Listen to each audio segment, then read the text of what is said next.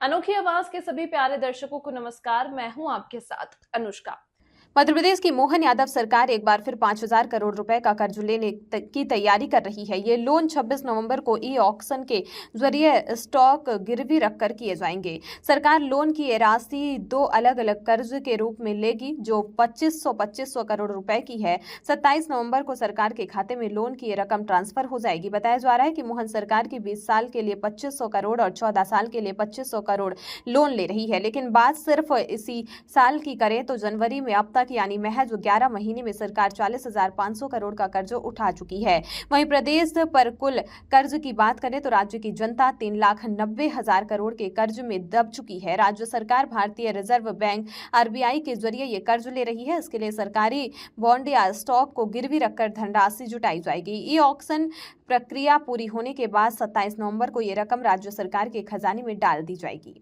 तो हम जमीन छोड़ी मेड़ भी नहीं खरीद सकते। यही बात तो राहुल गांधी जी बार बार देश भर में कह रहे हैं कि ये सरकार कुछ उद्योगपतियों की सरकार है, ये सरकार 10% लोगों की सरकार है केंद्र की। ऐसे राज्य की सरकार में भी देश की सरकार जैसा घटा, किसानों से जमीन छीनो कम दाम में और उद्योगपतियों को दो योजनाओं के नाम पर। मुआवजा भूमि अधिग्रहण अधिनियम को पेश करने में भारतीय जनता पार्टी अपराधी है। नरेंद्र मोदी सबसे बड़े अभियुक्त हैं, जिन्होंने जो भूमि अधिग्रहण अधिनियम कांग्रेस पार्टी यूपीए की सरकार राहुल गांधी जी के प्रयास से लेके आई थी, उसको समाप्त कर दिया। उसी का नतीजा जो किसान की यातना है वो है।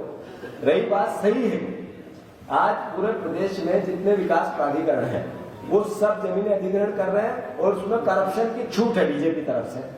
फिर जितने सरकारी योजनाएं एग्रीकल्चर की हुई या रोड की हुई या रेलवे की, उसमें अलग अलग नियमों के तरीके से किसानों के हितों की अनदेखी करते हुए उनका गला घुटा जा रहा है।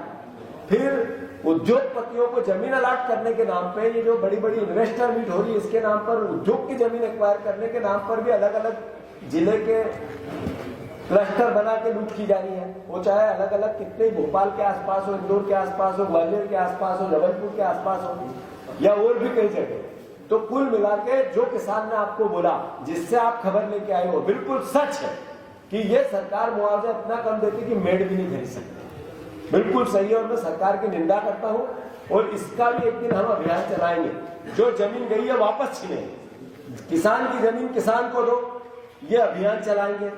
ये हमारी एजेंडे का एक मुद्दा है। जो अधिग्रहण की हुई जमीन है, अगर आपने सही मुआवजा नहीं दिया, कोर्ट के माध्यम से अधिपत्य एक तरह से जमा लिया, 5-5 साल हो गए, किसानों की जमीन भी आपने छीन ली, उनको पैसा भी नहीं दिया और फिर जमीन भी ऐसी पड़ी हुई, जो उद्योग लाना था, जो उपयोग होना था, वो भी नहीं हुआ। उसके लिए अभियान चलाएंगे, वापस किसान की जमीन किसान को दो। देश दुनिया की अन्य खबरों के लिए जुड़े रहिए अनोखी आवाज के साथ।